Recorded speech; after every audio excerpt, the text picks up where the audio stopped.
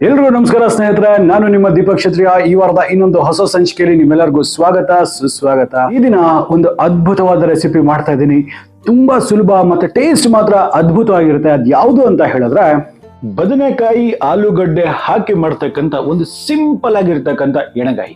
ಎಲ್ಲ ಸಾಮಗ್ರಿಗಳು ನೀವು ರೆಡಿಯಾಗಿ ಇಟ್ಕೊಂಡ್ರೆ ಕೇವಲ ಒಂದು 20 ನಿಮಿಷದಲ್ಲಿ ಬ್ಯೂಟಿಫುಲ್ ಆಗಿರ್ತಕ್ಕಂಥ ಸಿಂಪಲ್ ಆಗಿ ಟೇಸ್ಟಿ ಆಗಿರ್ತಕ್ಕಂಥ ಈ ಒಂದು ಎಣಗಾಯಿ ಮಾಡ್ತಕ್ಕಂಥದ್ದು ಹೇಳ್ಕೊಡ್ತಾ ಇದ್ದೀನಿ. ಬೆಳಗಿನ ಜಾವ ತಿಂಡಿಗಂತೂ ಹೇಳಿ ಮಾಡಿಸಿರ್ತಕ್ಕಂಥದ್ದು, ಅಕ್ಕಿ ರೊಟ್ಟಿ ಜೊತೆಗಂತೂ ಆಹಾ. ಹಾಗಾದ್ರೆ ಇನ್ಯಾವುದೋ ತಡ ಮಾಡಿದಿರಾ, ನಡೀರಿ ಒಂದು ಅದ್ಭುತವಾದ ರೆಸಿಪಿ ಯಾವ ರೀತಿ ಮಾಡ್ಬೇಕು ಅಂತ ನೋಡುವ.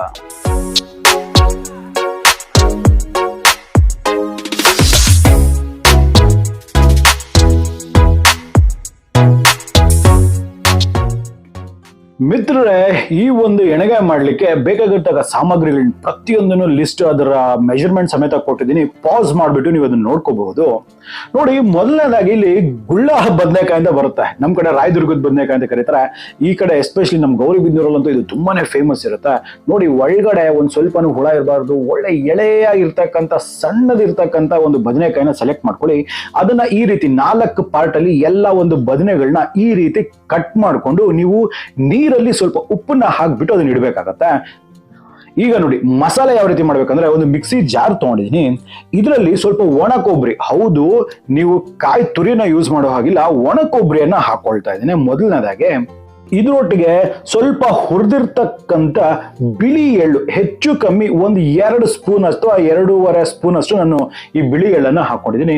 ಹಾಗೆ ತುಂಬಾ ಇಂಪಾರ್ಟೆಂಟ್ ಅಂದ್ರೆ ಸ್ವಲ್ಪ ಡ್ರೈ ರೋಸ್ಟ್ ಅಥವಾ ಫ್ರೈ ಮಾಡಿರ್ತಕ್ಕಂಥ ಈ ಒಂದು ಕಡಲೆ ಬೀಜ. ಈ ಕಡಲೆ ಬೀಜನ ಮಾತ್ರ ಮಿಸ್ ಮಾಡಕ್ ಹೋಗ್ಬೇಡಿ. ಖಾರಕ್ಕೆ ತಕ್ಕಷ್ಟು ಅಚ್ಚ ಖಾರದ ಪುಡಿ,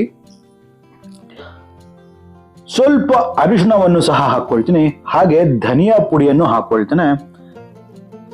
ಈಗ ಇದು ಬಂದ್ಬಿಟ್ಟು ಶುಂಠಿ, ಸ್ವಲ್ಪ ಹಚ್ಚಿರ್ತಕ್ಕಂಥ ಶುಂಠಿ, ಮತ್ತೆ 1-2 ಗಡ್ಡೆ ಅಷ್ಟು ಸಿಪ್ಪೆ ಸಮೇತ ಇರ್ತಕ್ಕಂಥ ಬೆಳ್ಳುಳ್ಳಿ, ಇವನ್ನೆಲ್ಲನೂ ಇದರಲ್ಲಿ ಹಾಕೊಳ್ತೇನೆ.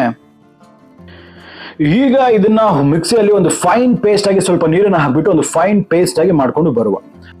ನೋಡ್ತಿದ್ರಲ್ಲ, ಈ ಒಂದು ಫೈನ್ ಪೇಸ್ಟ್, ಈ ಒಂದು ಎಣಗಾಯಿಯ ಒಂದು ಸೀಕ್ರೆಟ್ ಮಸಾಲಾನೇ ಇಷ್ಟು ಸುಲಭ ಮಾಡ್ತಕ್ಕಂಥದ್ದು. ಇದ್ರಲ್ಲಿ ಏನ್ ಮಾಡ್ತೀನಿ, ಒಂದ್ ಸ್ವಲ್ಪ ಕೊತ್ತಂಬರಿ ಸೊಪ್ಪನ್ನ ಫ್ರೆಶ್ ಆಗಿ ಕಟ್ ಮಾಡಿ ನಾನು ಇದರಲ್ಲಿ ಹಾಕೊಳ್ತೇನೆ. ಒಂದು ಒಳ್ಳೆ ಫ್ರೆಶ್ ಟೇಸ್ಟ್ ಕೊಡುತ್ತೆ. ಹಾಗೆ ಇದರಲ್ಲಿ ಇಂಪಾರ್ಟೆಂಟ್ ಅಂತ ಹೇಳಿದ್ರೆ, ಒಂದು 2-3 ಟೇಬಲ್ ಸ್ಪೂನ್ ಅಷ್ಟು ಎಣ್ಣೆ, ಹಸಿ ಎಣ್ಣೆ, ನೀವು ಕಡಲೆಕಾಯಿ ಎಣ್ಣೆ ಇದ್ರೆ ಹಾಕಿ, ಅದ್ಭುತವಾಗಿರುತ್ತೆ. ಇಲ್ಲಾಂದ್ರೆ ರಿಫೈಂಡ್ ಆಯಿಲ್ ಆದ್ರೂ ಹಾಕ್ಬಿಟ್ಟು ಇದನ್ನ ಚಂದ ಒಮ್ಮೆ ಮಿಕ್ಸ್ ಮಾಡುವ. ಈ ಎಣ್ಣೆ ಮತ್ತೆ ಈ ಒಂದು ಕೊತ್ತಂಬರಿ ಸೊಪ್ಪು ಒಂದಕ್ಕೊಂದು ಚಂದಾಗೆ ಹೊಂದ್ಕೋಬೇಕು.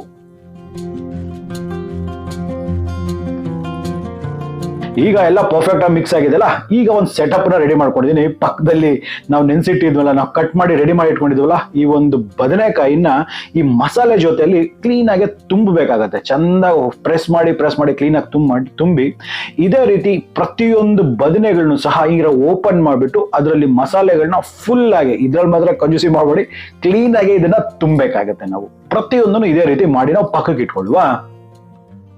ಈಗ ನೋಡಿ, ಮೊದಲನೇದಾಗಿ ಫ್ಲೇಮ್ ಅನ್ನ ಹಚ್ಕೊಳ್ತಿದ್ದೀನಿ. ಈಗ ಒಂದು ದಪ್ಪ ತಳದ ಬಾಣ್ಲಿ, ಯಾಕಂದ್ರೆ ಇದನ್ನ ನಾವು ಜಾಸ್ತಿ ನೀರ್ ಹಾಕ್ದಿರ ಕುದಿಸ್ತೀವಲ್ಲ, ಸೊ ಹಾಗಾಗಿ ಸ್ವಲ್ಪ ದಪ್ಪ ತಳ ಇದ್ರೆ ಬೆಟರು. ಈಗ ಇದರಲ್ಲಿ ಸುಮಾರು ಒಂದು 2-3 ಟೇಬಲ್ ಸ್ಪೂನ್ ಅಷ್ಟು ಕಡಲೆಕಾಯಿ ಎಣ್ಣೆ ಇದ್ರೆ ಅದನ್ನೇ ಬಳಸಿ. ಎಣ್ಣೆ ಸ್ವಲ್ಪ ಬಿಸಿ ಆಗ್ಲಿಕ್ಕೆ ಬಿಡುವ. ಎಣ್ಣೆ ಬಿಸಿ ಆದ ನಂತರ 1 ಟೀ ಸ್ಪೂನ್ ಅಷ್ಟು ಬಿಳಿ ಎಳ್ಳು, ಹಾಗೆ ಒಂದು ಅರ್ಧ ಕಟ್ನಷ್ಟು ಸಣ್ಣಗೆ ಹಚ್ಚಿರ್ತಕ್ಕಂಥ ಕೊತ್ತಂಬರಿ ಸೊಪ್ಪು. ಈ 2 ಕಾಂಬಿನೇಷನ್ ಎಷ್ಟು ಅದ್ಭುತವಾಗಿರುತ್ತೆ ಗೊತ್ತಾ, ಬ್ಯೂಟಿಫುಲ್ ಆಗಿ ಟೇಸ್ಟ್ ಮಾಡುತ್ತೆ. ಈಗ ಸ್ವಲ್ಪ ದಪ್ಪವಾಗಿ ಹಚ್ಚಿಟ್ಟಿರ್ಕೊಂಡಿರ್ತಕ್ಕಂಥ ಆಲೂಗಡ್ಡೆಯನ್ನ ಈ ರೀತಿ ಕಟ್ ಮಾಡಿರ್ತಕ್ಕಂಥದ್ದು ಇದರಲ್ಲಿ ಹಾಕ್ಬಿಟ್ಟು ಸುಮಾರು ಈ ಆಲೂಗಡ್ಡೆ ಅಂತಕ್ಕಂಥದ್ದು ಒಂದು 60-70% ಕುಕ್ ಆಗ್ಬೇಕು. ಅಲ್ಲಿವರೆಗೂ ನೋಡ್ತಿದ್ರಲ್ಲ, ಸುಮಾರು ಇಷ್ಟ ಆಗ್ಲಿಕ್ಕೆ ನನ್ಗೊಂದು 4 ನಿಮಿಷ ತಗೊಳ್ತು ಆನ್ ಮೀಡಿಯಂ ಫ್ಲೇಮ್. ಈಗ ಇದು ಒಂದು 60% ಕುಕ್ ಆಗಿರುತ್ತೆ. ಈಗ ನಾವು ಮಸಾಲೆ ತುಂಬಿಟ್ಟಿದ್ವಲ್ಲ, ಈ ಒಂದು ಬದನೆಗಳನ್ನ ಹಾಕೊಂಡ್ಬಿಡುವ ಒಂದು ಕೆಳಗಡೆ ಈ ಒಂದು ಲೇಯರ್ ಆಗಿ. ನೋಡಿ, ಈಗ ಮಿಕ್ಕಿರ್ತಕ್ಕಂಥ ಮಸಾಲೆಯನ್ನು ಸಹ ನಾನು ಇದರಲ್ಲೇ ಹಾಕೊಂಡ್ಬಿಡ್ತೇನೆ. ಒಮ್ಮೆ ಈಗ ಲೈಟ್ ಹ್ಯಾಂಡ್ಸ್ ಅಲ್ಲಿ ಇದನ್ನು ಮಿಕ್ಸ್ ಮಾಡುವ.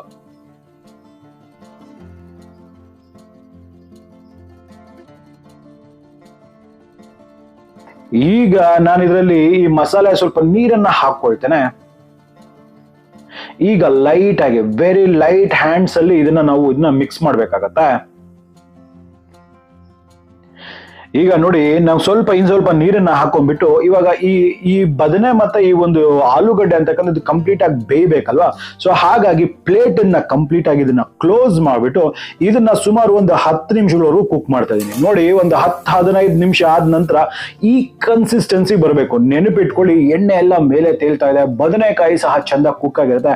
ಆಲೂಗಡ್ಡೆ ನಾವು ಮುಂಚೆನೆ ಕುಕ್ ಮಾಡಿರೋದಕ್ಕೆ ಆಲೂಗಡ್ಡೆ ಅಂತೂ ಪರ್ಫೆಕ್ಟ್ ಆಗಿ ಕುಕ್ ಆಗಿರುತ್ತೆ. ಈ ಕನ್ಸಿಸ್ಟೆನ್ಸಿಲಿ ನಿಮ್ಗೆ ಗ್ರೇವಿ ಬಂದಿದೆ ಅಂತ ಹೇಳಿದ್ರೆ ಈ ಒಂದು ಆಲೂಗಡ್ಡೆ ಮತ್ತೆ ಬದನೆಕಾಯಿಯ ಎಣ್ಣೆಗಾಯಿ ರೆಡಿ.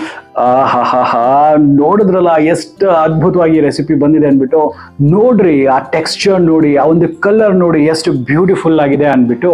ನೋಡ್ತಾ ಇದ್ರೇನೆ ಬಾಯಲ್ಲಿ ನೀರು ಊರ್ತಾ ಇದೆ, ಅಷ್ಟು ಅದ್ಭುತವಾಗಿದ್ದು ಬಂದಿದೆ.